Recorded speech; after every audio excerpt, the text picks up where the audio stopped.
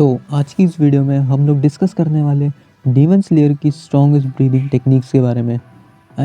सारी breathing techniques के बारे में।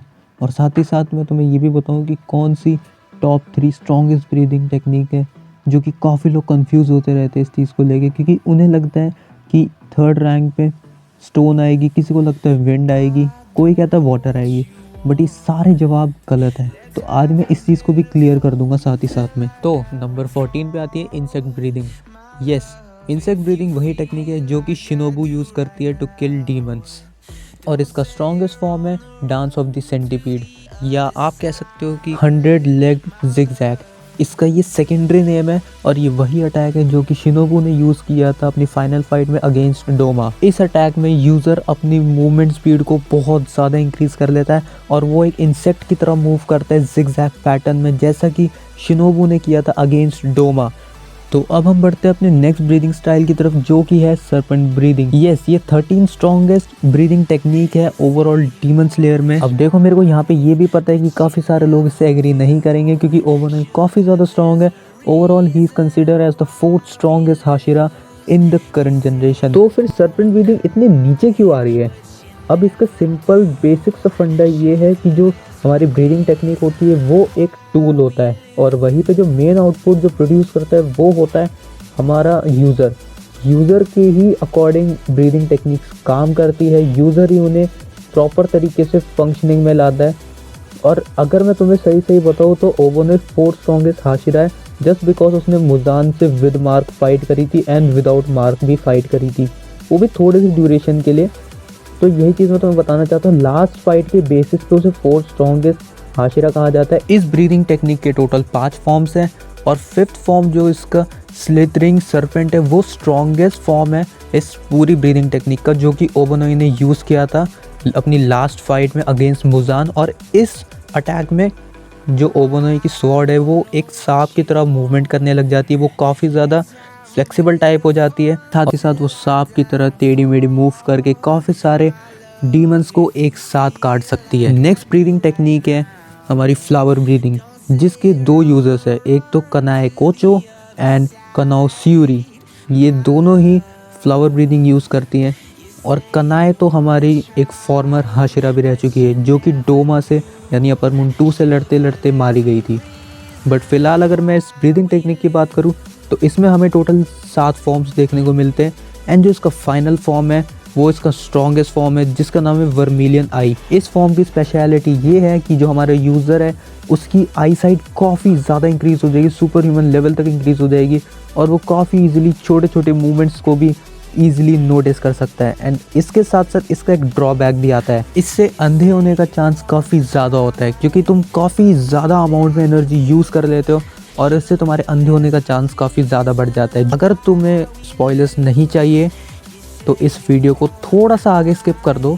बट अभी जिन जिन लोगों ने मांगा पढ़ लिया उनके लिए तो मैं बता दूं कि कनाओ ने जब डोमा के अगेंस्ट फाइट की थी, जो कि हमें इन्फिनिटी कैसल पार्ट 2 में दिखाई देगा, वहाँ पे कनाओ ने इस फाइनल मूव को यूज़ किया था अगेंस्ट डोमा।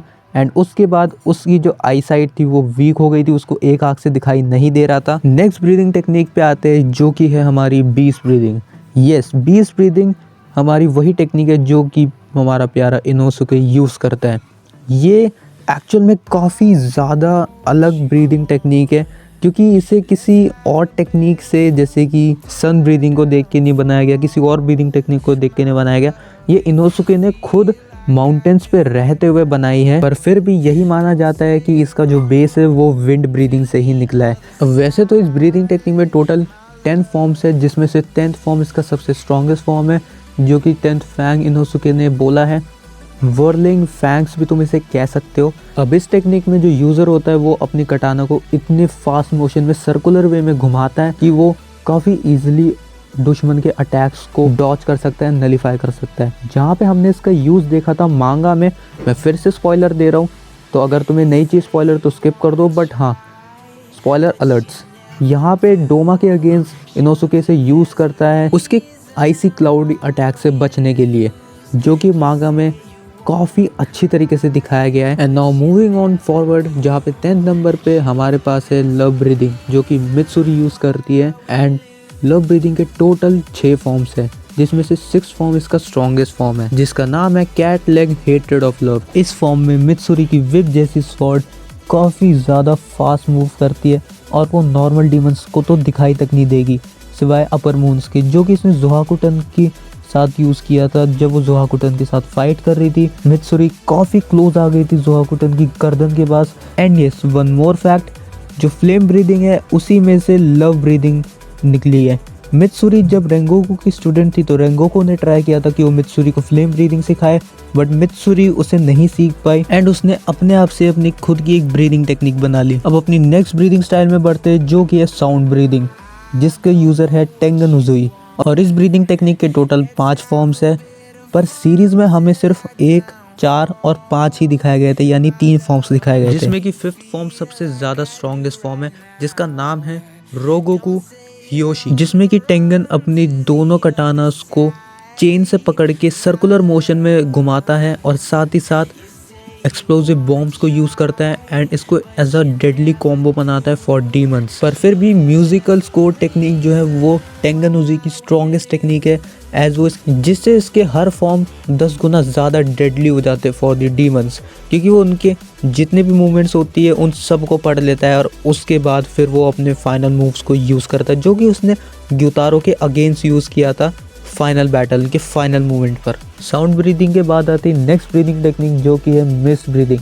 इसका एक ही नोन यूज़र है, जो कि है मुइचिरो तोकितो। इस ब्रीदिंग स्टाइल में यूज़र मिस्ट को मिमिक करता है। इस ब्रीदिंग टेक्निक में टोटल 7 फॉर्म्स है, जिसमें से इसका 7th फॉर्म जो कि खुद मुइचिरो ने बनाया, जो कि इस ब्रीदिंग टेक्निक का स्ट्रॉन्गेस्ट फॉर्म है, जिसका नाम है ऑब्सक्यूरिंग क्लाउड। और ये वही फॉर्म है जो कि मुइचिरो ने यूज़ किया था अगेंस्ट ग्योको। लास्ट में जब उसका गला काट दिया था तो उसने यही फॉर्म यूज़ किया था, जिसमें वो मिस्ट में पूरा कवर्ड हो गया था और ग्योको को कंफ्यूज किया था और मौका मिलने पर उसने ग्योको का गला काट दिया था। तो अब यहाँ से जो लिस्ट है वो थोड़ी सी सीरियस होने वाली है और मे बी थोड़ी सी कंट्रोवर्शियल हो सकती है तुम लोगों के लिए, मतलब not for the majority but कुछ मिनिमम लोगों को प्रॉब्लम हो सकती है इससे। तो जो अगली ब्रीदिंग स्टाइल है वो है विंड ब्रीदिंग, जिसका नोन यूज़र है Sanemi Shinazugawa. Yes, the reckless beast Sanemi, जो कि इसे यूज़ करता है। एंड बेसिकली इस पूरी ब्रीदिंग टेक्निक में जो यूज़र होता है वो विंड को मिमिक करता है और मेनली वर्विल्ड जैसे अटैक्स को मिमिक करके डीमंस को ख़त्म करता है। इस ब्रीदिंग टेक्निक में टोटल 9 फॉर्म्स है एंड इस ब्रीदिंग टेक्निक का सबसे स्ट्रॉन्गेस्ट फॉर्म यानी कि 9th फॉर्म है, जो कि है इडाटेन टाइफून, जिसमें कि यूज़र ऐसे स्ट्रॉन्ग स्लैशेस मारता है कि वो एक साइक्लोन की तरह सब कुछ अपने आमने सामने काट देती है, जो कि हमने हाशिरा ट्रेनिंग आर्क के एक एपिसोड में देखा ही था, जब सानेमी और ओबोनोई कुछ डीमंस को मारने के लिए एक घर में जाते हैं। सिंस तुम्हें पता है कि विंड काफ़ी ज़्यादा शार्प, काफ़ी ज़्यादा स्ट्रॉन्ग और अनप्रिडिक्टेबल होती है, तो इसी वजह से सानेमी के जो अटैक्स होते हैं काफ़ी ज़्यादा स्ट्रॉन्ग होते हैं, एक्सप्लोसिव होते हैं और काफ़ी अनप्रिडिक्टेबल भी होते हैं। और यही रीज़न है कि मैंने इस ब्रीदिंग टेक्निक को इतने ऊपर रखा है। तो अब जो नेक्स्ट ब्रीदिंग स्टाइल आने वाला है वो है वाटर ब्रीदिंग, जिसके कि हमें कुछ मल्टीपल यूजर्स दिखाए गए हैं, जैसे कि Giyu Tomioka, Urokodaki, Tanjiro, Sabito etcetera.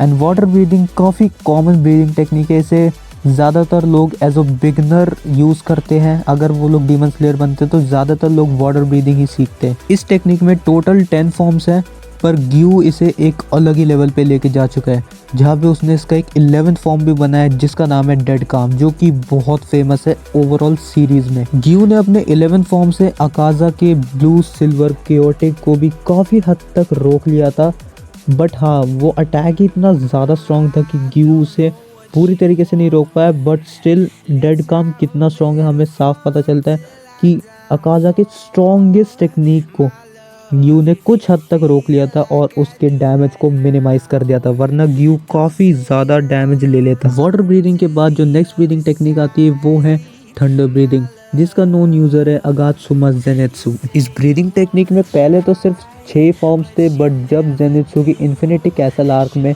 Kaigaku से फाइट होती है, तब जेनेत्सु लास्ट मोमेंट पे इसका एक 7th फॉर्म भी निकाल देता है, which is considered as fast as thunder और maybe more than that. जहाँ पे थंडर ब्रीदिंग का first form thunder clap and flash इन सारे फॉर्म्स की फाउंडेशन है। तो अब बात करते हैं अपनी नेक्स्ट ब्रीदिंग स्टाइल की, जो कि है स्टोन ब्रीदिंग, जिसका कि एक ही नोन यूज़र है जो कि है इस करंट जनरेशन का स्ट्रॉन्गेस्ट हाशिरा ग्योमे हिमेजिमा। अगर मैं पर्सनली बताऊँ तो ग्योमे के लिए स्टोन ब्रीदिंग सबसे बेस्ट ब्रीदिंग स्टाइल है। एंड हाँ, इस ब्रीदिंग स्टाइल में टोटल 5 फॉर्म्स हैं, जिसमें इसका 5th फॉर्म स्ट्रॉन्गेस्ट फॉर्म है इस पूरी टेक्निक का, जिसका नाम है आर्क्स ऑफ जस्टिस, जिसमें ग्योमी अपने दोनों वेपन्स को एक साथ यूज़ करके अपने जितने भी सराउंडेड एरिया होता है उसे पूरे को क्रश कर देता है और अपने यूज़र को काफ़ी ज़्यादा डैमेज पहुंचाता है। देखा जाए तो स्टोन ब्रीदिंग की इतनी ज़्यादा इन्फॉर्मेशन नहीं है, और साथ ही साथ ग्योमी सिर्फ एक लौता ऐसा इंसान है जो कि स्टोन ब्रीदिंग को यूज़ करता है। इसके अलावा इसका कोई यूज़र नहीं है।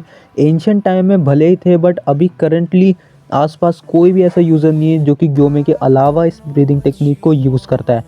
बट हाँ, ये काफ़ी अच्छी टेक्निक है जहाँ पे तुम अपने अपोनेंट के अटैक्स को डिफेंड भी कर सकते हो, साथ ही साथ ऑफेंस के टाइम पे यूज़ भी कर सकते हो। कितनी ब्रीदिंग स्टाइल हो गई, मतलब गिनना ज़रा। अरे क्या करूँ यार, भूल जाता हूँ मैं, गिनना ही भूल गया कितनी हो गई। I guess stone breathing 4th strongest breathing कर दी ना यहाँ पे। हाँ तो चलो अब आगे बढ़ते हैं। तो जो नेक्स्ट ब्रीदिंग स्टाइल है वो मेरी पर्सनल फेवरेट है, एंड उसका कैरेक्टर भी मेरा पर्सनल फेवरेट है। सो या 3rd स्ट्रॉन्गेस्ट ब्रीदिंग टेक्निक जो है वो है फ्लेम ब्रीदिंग, जिसका नोन यूज़र है रेंगोकू क्योजिरो। एंड उससे पहले इस टेक्निक को यूज़ किया करते थे रेंगोकू के father Shinjuro Rengoku, and it is considered as the closest to the sun breathing. Sun breathing के सबसे ज़्यादा क्लोज मानी जाती है हमारी फ्लेम ब्रीदिंग। आई नो काफ़ी लोग मून ब्रीदिंग को कहेंगे, बट मून ब्रीदिंग एक काफ़ी अलग ब्रीदिंग स्टाइल है जो कि कोकोशिबो ने योरिची से जलन के कारण बनाई थी। ही वॉज ट्राइंग कि वो सन ब्रीदिंग को फुल्ली मास्टर कर ले, बट वो अपनी खुद की एक ब्रीदिंग टेक्निक बना लेते हैं जो कि समहाउ सिमिलर तो होती है सन ब्रीदिंग से, बट स्टिल वो काफ़ी ज़्यादा अलग है। एंड येट जो फ्लेम ब्रीदिंग है वही सबसे क्लोजेस्ट टेक्निक है अभी तक सन ब्रीदिंग की। इस टेक्निक में टोटल 9 फॉर्म्स हैं, जहाँ पे जो 9th फॉर्म है वो इसका स्ट्रॉन्गेस्ट फॉर्म है, जो कि रेंगोकू फैमिली इनहेरिट करती आ रही है। एंड इस फॉर्म का नाम भी रेंगोकू ही है, जो कि इनके क्लैन का नेम है। जहाँ पे फ्लेम ब्रीदिंग मेनली ऑफेंस के लिए यूज़ करी जाती है, इसके 1 या 2 मूव डिफेंस के लिए भी यूज़ करे जा सकते हैं, बट वो इतने स्ट्रॉन्ग नहीं है जितने की वाटर ब्रीदिंग है। साथ ही साथ मैं तुम्हें एक और फैक्ट बता दूं कि रेंगोकू अटैक जो कि 9th फॉर्म है, इसकी attack potency is literally second only to Gyomei. ये इतना ज़्यादा स्ट्रॉन्ग मूव है कि अगर इसे रेंगोकू अपने फुल पोटेंशियल पे यूज़ करता बिना किसी डेथ हैम के, तो डेफिनेटली वो अकाज़ा को काफ़ी ज़्यादा डैमेज पहुंचा चाहता। वैसे तो उसने काफ़ी ज़्यादा डैमेज ऑलरेडी दे दिया था अकाज़ा को, बस उसकी रीजनरेशन एबिलिटी इतनी ज़्यादा है कि वो काफ़ी जल्दी इसे रीजनरेट करेगा, वरना अकाज़ा को काफ़ी ज़्यादा प्रॉब्लम हो जाती इस अटैक से। जबकि रेंगोकू काफ़ी ज़्यादा घायल था, साथ ही साथ वो लिटरल खड़े होने की हालत में भी नहीं था। काफ़ी लोग सोचते कि रेंगोकू को इतना डैमेज नहीं दिया था अकाज़ा ने, बट टू बी ऑनेस्ट अगर तुम किसी फाइटर को उसके वाइटल ऑर्गन्स पे अटैक करके डैमेज कर दो, उसकी इंटरनल ब्लीडिंग भी चालू हो जाए, साथ ही साथ तुम उसकी आँख भी फोड़ दो, उसके रिब्स डैमेज कर दो, तो डेफिनेटली कोई भी बंदा खड़े होने के हालत में नहीं होगा। वेयर एज रेंगोकू खड़ा ही नहीं हुआ, साथ ही साथ उसने अपने स्ट्रॉन्गेस्ट मूव को अनलीश भी किया, और वो भी काफ़ी परफेक्टली एग्जीक्यूट किया था। वो तो अकाज़ा ने लास्ट में रेंगोकू को मैं वो शब्द को बोलना नहीं चाहता क्योंकि वो प्योर रेंगोकू की एक डिसरिस्पेक्ट होगी, और किसी भी कैरेक्टर की वो एक डिसरिस्पेक्ट होगी, जो कि उसने चेस्ट पे आर पार कर दिया था। काफ़ी लोग उसे डोनट पंच कहते। टू बी ऑनेस्ट ऐसे डिसरिस्पेक्ट करना किसी कैरेक्टर की अच्छी बात नहीं है। मैं काफ़ी लोगों को देखता हूँ ये भी कहते हैं कि ग्यू सेकंड डोनट बनने वाला था, बट ऐसे किसी को डिसरिस्पेक्ट करना बहुत बुरी बात है। इस तरीके से किसी भी कैरेक्टर को डिफेम मत करो। हर कैरेक्टर अपने लिए अपनी जगह काफ़ी बेस्ट है। सो या बैक टू द टॉपिक, यहाँ पे 9 फॉर्म पे रेंगोकू काफ़ी एक्सप्लोसिवली अटैक करता है। उसके नीचे की जो ज़मीन होती है जहाँ पे उसने पैर रखा होता है वो एक्सप्लोड कर जाती है, वो नीचे तक काफ़ी एरिया तक वो पूरी टूट जाती है। इतने स्ट्रांगली इतने फास्टली मूव करता है जो इसका यूज़र होता है, और जब वो चार्ज करता है उस टाइम एक जलते हुए ड्रैगन के रूप में वो उससे चार्ज करता है, जिसमें उसकी स्पीड और साथ ही साथ उसकी प्रिसाइजनेस काफ़ी ज़्यादा हो जाती है। और साथ ही साथ इस अटैक में इतनी ज़्यादा पोटेंशियल होता है, इतना ज़्यादा स्ट्रॉन्ग ये अटैक होता है कि रेंगोकू ने इस अटैक को यूज़ करते हुए एक पूरा टोर्नेडो ही बना दिया था आसपास। तो इससे तुम समझ सकते हो कि Rengoku as a user and ये टेक्निक कितनी ज़्यादा स्ट्रॉन्ग थी। इसी के साथ अब बढ़ते हैं हमारी सेकंड स्ट्रॉन्गेस्ट ब्रीदिंग टेक्निक, जो कि है मून ब्रीदिंग, जिसे यूज़ करता था मिचिकात्सु या फिर मैं कहूँ कोकोशिबो। यस, अपर मून 1 इसे 400 सालों तक काफ़ी ज़्यादा एनहांस करता रहा बाय डूइंग इस ट्रेनिंग रेगुलरली। इस ब्रीदिंग स्टाइल में टोटल 16 फॉर्म्स हैं, जो कि कोकोशिबो ने through out his 400 years of training उसने इन 16 फॉर्म्स को इवॉल्व किया है। एक्चुअली जब मिचिकात्सु से यूज़ करता था तब इसमें काफ़ी कम फॉर्म्स थे, but over the period of time Kokushibo ने इसे काफ़ी अच्छी तरीके से एनहांस किया और इतनी ट्रेनिंग करके इस पे 16 फॉर्म्स बना दिए। इस ब्रीदिंग टेक्निक का सबसे स्ट्रॉन्गेस्ट फॉर्म है 16 फॉर्म, जिसका नाम है मून बो हाफ मून।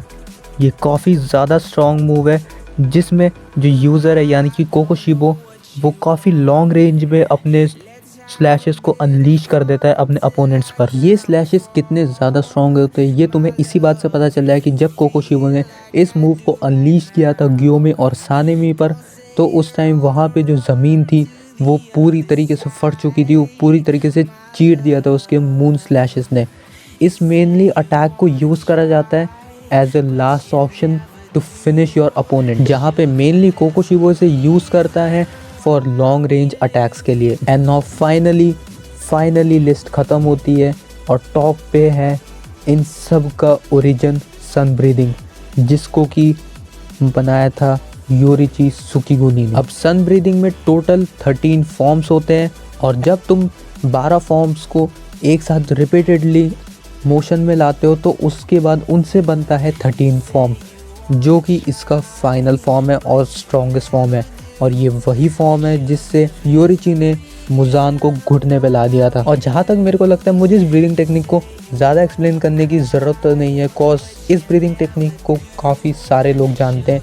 एज इसके टोटल जो यूज़र्स हमें दिखाए गए हैं वो है योरिची सुकीगुनी, फिर उसके बाद टांजिरो के फादर टांजुरो और लास्टली तांजिरो, जहाँ पे तांजिरो एक लौता ऐसा एक्सेप्शनल कैरेक्टर है जिसने कि डीमन स्लेयर में 2 से ज़्यादा ब्रीदिंग टेक्निक्स को यूज़ किया है। आई एम नॉट सेइंग कि मास्टर किया है, बट यूज़ किया है। जैसे कि पहली सन ब्रीदिंग, दूसरी ब्रीदिंग है वाटर ब्रीदिंग एंड उसके बाद फाइनली थंडर ब्रीदिंग, जो कि उसने प्रॉपरली यूज़ नहीं की, बस एक ही बार उसने यूज़ की थी जब वो हानतेंगू से फाइट कर रहा था। तो यहाँ पे पूरी लिस्ट ख़त्म होती है, सबको मैंने रैंक कर दिया है। अब इसके बाद तुम्हारा काम बनता है कमेंट करो वीडियो पे, लाइक करो। लाइक एम मैं कुछ नहीं रख रहा हूँ, बस अच्छे से व्यूज़ आ जाए। इस वीडियो को शेयर करो अपने डीमन स्लेयर फैंस के साथ, फ्रेंड्स के साथ, जितना चाहे शेयर करो और साथ ही साथ कमेंट ज़रूर से करना। मैं मिलता हूँ तुमसे अपनी नेक्स्ट वीडियो में, तब तक के लिए अपने सेंसे को दो इजाज़त। मैं चलता हूँ, मिलता हूँ तुमसे अपनी नेक्स्ट वीडियो में, तब तक के लिए आらあら、さようなら。